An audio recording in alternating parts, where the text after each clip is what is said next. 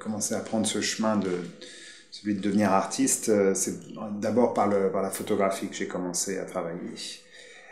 Progressivement, je me suis intéressé à la vidéo et assez rapidement à d'autres formes d'images imprimées, que ce soit la sérigraphie ou la gravure, l'estampe en général.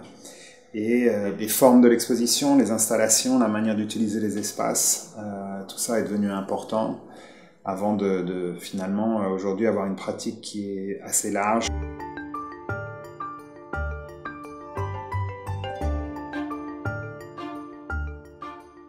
Les sujets sur lesquels je travaille, je les croise par le biais de différentes lectures ou d'un journal, un livre ou juste une histoire que je croise comme ça en traversant la vie au quotidien. Donc ça va être un truc que j'entends, un petit détail historique, une situation politique quelque part, l'histoire de quelqu'un dans un lieu.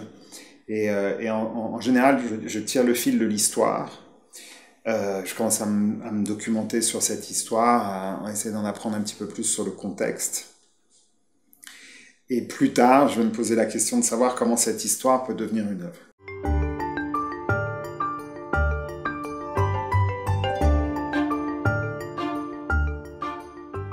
Il s'est opéré pour moi une véritable transition là-bas. Je crois que j'avais postulé avec un projet qui était principalement photographique.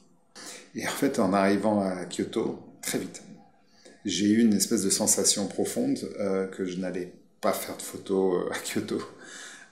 Ça a été une question de quelques jours. J'étais jamais venu au Japon. Je ne connaissais absolument pas le Japon. Et très rapidement, j'ai eu une espèce de désir intense de regarder, d'apprendre, de manger, d'écouter, de sentir la ville, le contexte. Et j'ai aussi très très rapidement compris que je n'avais rien à photographier là-bas.